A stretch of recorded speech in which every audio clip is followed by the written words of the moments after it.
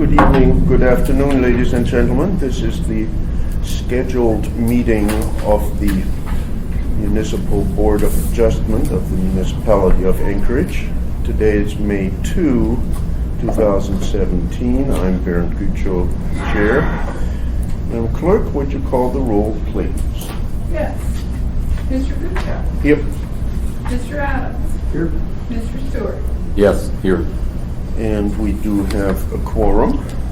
And I'm looking at the agenda. It talks about approval of the agenda, minutes of meetings which aren't here, old business, new business. The only item of business is to address an issue concerning the BOA appeal number 2016-1. And by way of addressing this, I should tell you that our previous attorney, Julia, in transcribing and making corrections, etc., to our findings, conclusions, and decisions that we had previously dealt with, discovered that we had overlooked one item, and that concerns AMC 2130-100. Is it 100 or 095? Or is it 95? 0.95A,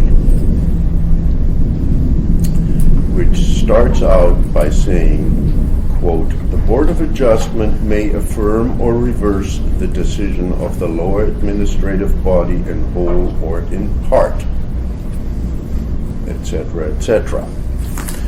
And what we had done was we had remanded the matter, and we had left out the first step, which is to decide whether to affirm or reverse the decision of the Planning and Zoning Commission. And while the remand implies that there is a reversal, I thought it would be good to correct that technical deficiency and address that issue tonight. So what we are looking at is that we have said in proposed finding number, in the proposed decision, paragraph 1, the board remands the case to the Planning and Zoning Commission, and it should in fact reflect the language of 2130-095A that I just read. And so I propose that we simply make a motion and have it seconded and discuss it, and then finally vote on amending paragraph 1 of the decision by inserting the language of the section that I just quoted of the code. There is one additional change that I would like to propose, and that is that the section requires the vote of reversal to be by majority of the fully constituted board. And so I think we should, if we adopt the motion, we should include reference to the number of votes that adopted that. And give me a second. I want to be sure that I got the right section here that refers to it. Otherwise, we have to come back once more, and I don't like that. It says a majority vote of the fully constituted board is required to reverse or modify the decision appealed from. That's in 2130-095A. So I move, first of all, that we reverse the decision of the Planning and Zoning Commission is contained in Resolution 2016-029. May I have a second, please, to that motion? Second. Right. Let Was me that just- Mr. Stewart or Mr. Adams? Mr. Stewart, I'm sorry, I should have indicated it. I apologize. As I stated already, I believe, just to be sure that we are crossing the Ts and dotting the Is in our decision, we need to have a vote that is on the record whereby we are reversing the decision of the Planning and Zoning Commission. While that is implied from our decision to remand the case to P&Z, I think that it would be good to have a specific motion addressing the issue of the reversal. Mr. Stewart? I think it's appropriate that we add this language because it clarifies and it leaves nothing for interpretation in the record. Okay. Dean, do you have anything to add? No, I think this is correct. Sure. Okay, all right. Madam Clerk, please call the vote. Mr. Buchow? Yes? Mr. Stewart? Yes. Mr. Adams? Yes. And the motion passes 3-0, 3-0. I never know whether it's 3-0 or 3-0. Anyway, why don't we say it passes by unanimous vote? I think that bypasses that thorny wording altogether. And I would like to have decision number 1 reflect exactly that it was by unanimous vote. So that, and I will make a motion that we amend decision number 1 to read as follows: by unanimous vote, in parentheses 3-0, close parentheses, the Board of Adjustment reverses Planning and Zoning Commission Resolution number 2016-029 and remands the case to the Planning and Zoning Commission for a decision in compliance with code and the direction provided in findings, conclusions, and decisions. And I see that I had one additional little insert here. Following,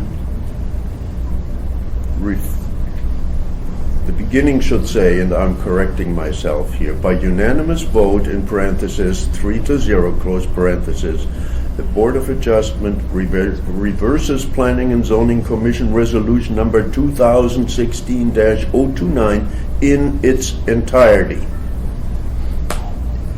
and remands the case, etc., etc. And I move that we change the language of that paragraph number 1 accordingly. Any seconds? Mr. Adams? Thank you. I think this makes it amply clear what we have done and that we are reversing the entire decision of the Planning and Zoning Commission and not just a portion of it. Mr. Adams, anything to add? No, I do have a question. If we go to the last paragraph on the last page, number 3, do we need any language in there that to the effect of reversing the P&Z approval for resolution?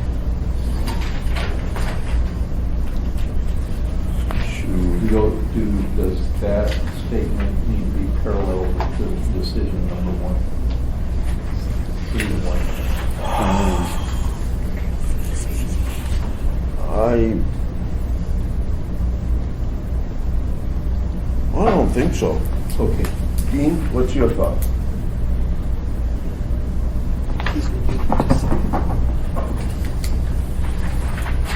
I'll make sure. Well, my intuition is to be consistent with paragraph 3. But first, let me make sure I'm reading the right paragraph. Very last paragraph of decision. Paragraph minus number 3. And I wanted to look at those 2 code subsections. But my intuition is to be consistent to change the paragraph 1. It makes sense to also say reverse and remand paragraph 3. Okay. I will then amend my motion accordingly, if that's agreed with you, Mr. Adams. I agree. And then, Madam Clerk, paragraph 3 on the very last page, that is page 9 of 9, should reflect the parallel language that we utilized in paragraph 1 of the decision. Yes, sir. I would also add on the first paragraph is per 2130-95A, and that citation needed as well in paragraph 3 then, because we have D, we need A as well, as long as we're getting into the... What's your thought? Paragraph 3 as well. Okay. All right, we're loading it up here. We get all the citations in order right now? Do it. The reversal Mr. Stewart. is not discussed in those two citations, as near as I can tell. But the remand is. I'm reading provision So I think if we put the reversal in there, we also have to put, if we put the reversal in there, paren, and use 2130-095A in parens right behind it, that would keep it separate. Actually, you know, the whole purpose for that paragraph was, and I'm talking about paragraph D, was to point out that this is not a final decision. Because remember, if it is a final decision, we specifically have to say that. And so that's why it specifically refers to 0.95D and nothing else. And of course, you know, the and 100. But well, I must tell you, I'm not feeling very strongly one way or the other. What's your thought? Remember, Dean, just so you know, the purpose of paragraph 3 was to alert people that this is not a final decision that can be appealed to the Superior Court. Remember, that's the distinction between a final decision and one that's on remand, you see. Yes, that's my understanding as well. I also agree paragraph D is about it not being a final decision. I'm reading paragraph 095A, and that seems to be an introduction to all forms of decisions that can be made. So A is very, applies to any decision, reverse remand, so forth. D is very specific as to the type of decision that the board intends to make tonight. That's my quick reading. So, At 095A. so would you, in paragraph 3, would you insert also reference to 095A or not?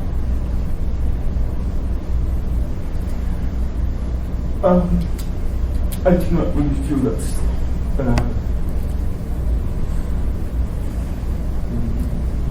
I don't have a strong opinion personally. I'm just asking because there's two lawyers here, and I figured... There are 3 lawyers, 4 lawyers. There are 4 lawyers I wanted to know. lawyers here, and some others that I believe fall in the category as well. And I figure I'm going to go with that expertise. Well, I don't feel strongly about it one way or the I other. don't. As long as you feel good about it, I'm fine. Yeah. I'm just asking. Yeah, because I really think the paragraph 3 is simply designed to address the issue that this is not a final decision, Okay. nothing So else. I- And so I would, if Mr. Chair, I've read the 095D, 095A, but also 2130-100 and 2130-100 for also wishing this decision under that section talks to a reversal and or remand. So I think that 100 really covers this, and 095D covers that this isn't final until after the remand. It's gone back down to the PEC. So I would not recommend putting 095A. so we just leave it the way it is. Clear what the board's intentions are, to leave it at 095D and 2130-100. Okay, Okay, so I think then that is put to rest, and we simply And- need to vote on. yes, and so to the extent that I made a motion here Oh, Barbara, would you? I have it for you, okay? Mr. Gutschow's amendment was a motion to amend decision paragraph 1 to read as follows. By unanimous vote, paren 3-0, close paren, the Board of Adjustment reverses the Planning and Zoning Commission Resolution number 2016-029 in its entirety and remands the case to the Planning and Zoning Commission, and the rest of that paragraph remains the same. And paragraph 3 in the decision should reflect parallel language as follows. The decision of the Board of Adjustment to reverse and remand the case to the Planning and Zoning Commission is issued, and the remainder of that paragraph remains the same. That is the motion as I have it drafted. Okay, all right, so I will withdraw the reference, any reference in the motion to paragraph 3. And we're going to leave that paragraph alone. If Okay. that's okay with you, That's Mr. fine. Adams? All right. So that the motion as it stands simply refers to a rewording and change of paragraph 1 of the decision. Anything else you have to add? No, I think that's good. Okay. Mr. Stewart, anything else you wish to add? No. Mr. Adams? No? Barbara, would you please call the roll on the vote? Mr. Gutchow? Yes. Mr. Stewart? Yes. Mr. Adams? And the motion passes unanimously. All right, so I think we have now corrected the substantive issues. I can tell you that I had been given, there is by way of Scrivener's amendment. Would you look at the last whereas, please? It refers to hearing dates, and by way of Scrivener's amendment, I intend to have Barbara insert and May 2, 2017. Any problem with that? Mr. Adams? Mr. Stewart? No. Okay. Also by way of Scrivener's amendments, look at, I'm dealing with too many versions here. Look at page 6 of 9.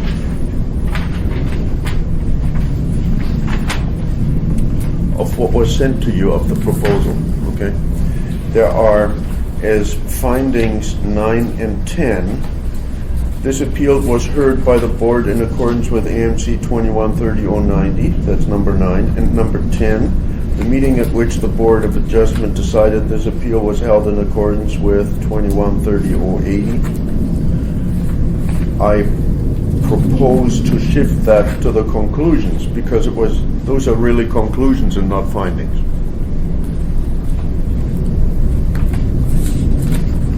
Mr. Stewart, do you see what I'm suggesting? That we simply make those conclusions 1 and 2 under the next section and remove them from findings. And then renumber things accordingly. Okay. Any problem with that? Okay. No. Okay. Dean, any problem with that? Any suggestions? Did you follow what I was suggesting? I'm sorry if I'm going too fast. Oh, no. You and that's I need fine. to- I did see this suggestion earlier today. Okay. And And you're okay with that? I agree. Good. Okay. And this is simply by way of a Scrivener's adjustment. It does not change anything in substance, as far as I'm concerned. And then, of course, the remaining paragraphs of the conclusion need to be adjusted numerically. All right. Anything else? Barbara, do you have anything else I have that we nothing need else, to Mr. address? Chair. Okay. Mr. Adams? Mr. Stewart? No. Dean, anything else? Mr. Chair, the very last line of the document, you want to also issue the date there, passed and approved.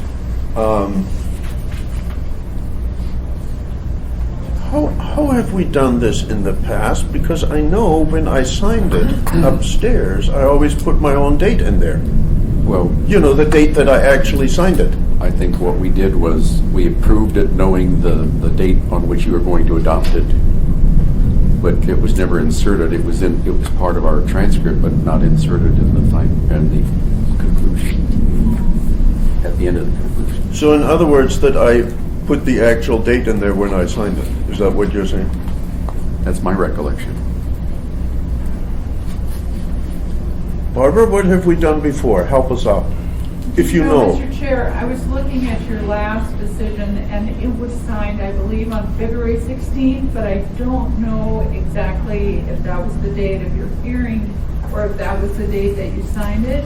But we can take direction from the board, and if the board would just direct us to do it as we've done it in the past, you and I can check, because you'll be in the office to sign this tomorrow or the next day. Yes, yes. And we'll just do it as we've done it in the past. Dean, if you think we should put today's date in there, I have no hard feelings one way or the other. But you understand the issue, do we put in there the date that I actually signed it, or do we put today's date in there? I can see both ways, but I read the sentence and it says passed and approved, so I think that's what you're doing as your action through Today, okay. So Barbara, So that's the solution is we put today's date in. That will be done, Mr. Chair. Okay, and I will, anything else? Does that clarify for the two of you, Mr. Stewart, Mr. Adams? Makes sense. No problem. Okay, all right.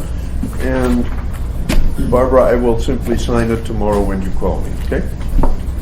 Whenever you're available. I Okay. mean, you know, there's no problem here. All right, anything else for the good of the order before we adjourn in this case? Have we kept it to half an hour? Indeed we have. It's wonderful. We are so adjourned. expeditious.